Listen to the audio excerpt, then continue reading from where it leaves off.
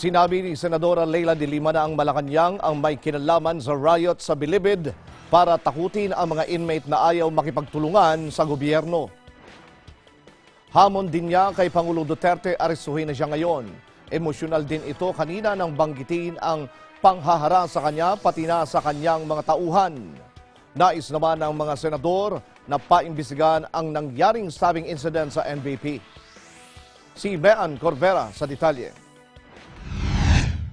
Direktang itinuro ni Senador Leila de Lima ang Malacanang na umano'y may pakana ng riot sa loob ng New Bilibid Prison na naging dahilan ng pagkamatay ng isang convicted drug lord.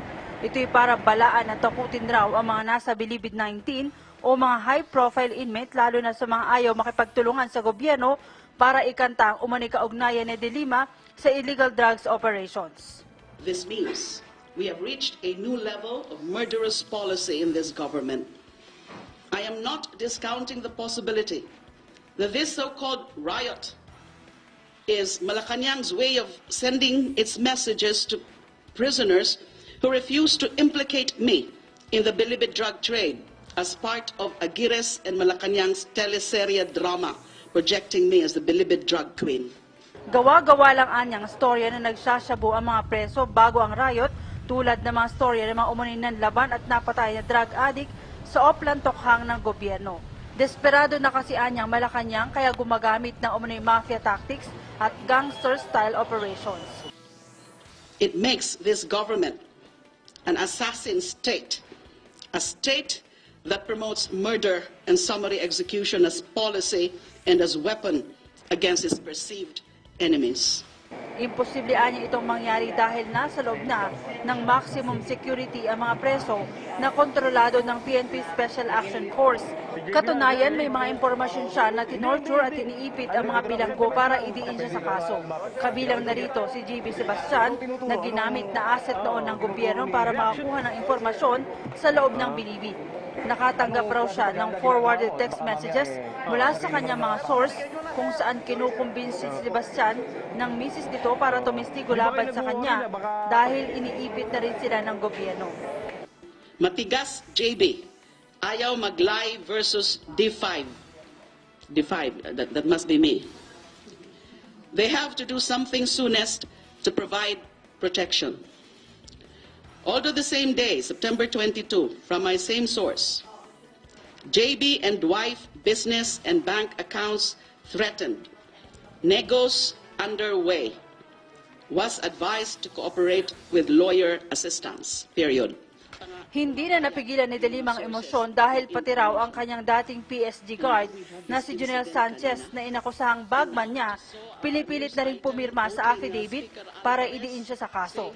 Pati raw ang mga dating staff, hinaharas na rin ng gobyerno. Ano na naman ang mga implication nila? Kagagawan ko na naman yan.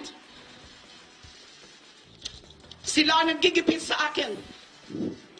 Masyado na nila akong ginigipit. Inaapi. Tapos ganyan pang gagawin nila. Lahat na lang sinisisi sa akin. And they call themselves men. Ganyan ba mga lalaki? They're cowards. They're fools. And they're liars. That is the bunch of officials that we have now. Ang paghingian niya ng sorry ng Pangulo kay Pangasinan Congressman Amado Espino ay katunayang inimbento lang nito ang drug matrix na nag-uugnay sa kanya sa illegal drugs operations. Tama na po! In your desperation, Pangulo, para siraan niyo ako, hindi niyo na iniisip kung ano na yung nagiging itsura nyo sa mata ng bayan at saka sa mundo. Kayo na po ang pinagtatawanan. Hindi po ako. Inosente po ako. Tama na, nagkakamali na kayo. Iba-iba na yung mga version nyo, iba-iba na yung mga istorya nyo. Kung ano-anong mga iniimbento nyo. Kahit magsorry pa raw ang Pangulo, hindi na maibabalik ang mga buhay na winasak dito dahil sa operasyon laban sa droga. Hamon pa rito sa Pangulo, arestuhin na siya at ipakulong. Sino mga susunod nilang gibipitin? Sino mga susunod nilang gagawa ng kwento? Sino mga buhay ang sisirain nila? Sino yung mga privacy ng mga sisiraan? Mga former staff ko, mga former officials ko. Nilalapitan nyo na po lahat. Alam ko po yan, nakakarating po sa kanila mga sumpong nila sa akin. And I feel so helpless. I cannot even help them with lawyers.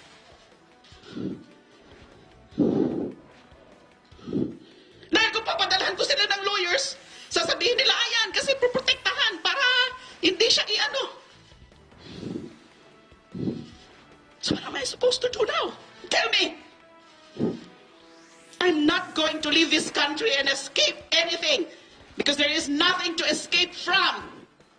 Hinala naman ng ilang senador, si Sebastian lang ang target ng riot para patahimikin umano sa posibleng nalalaman sa operasyon ng iligal na droga sa NBP.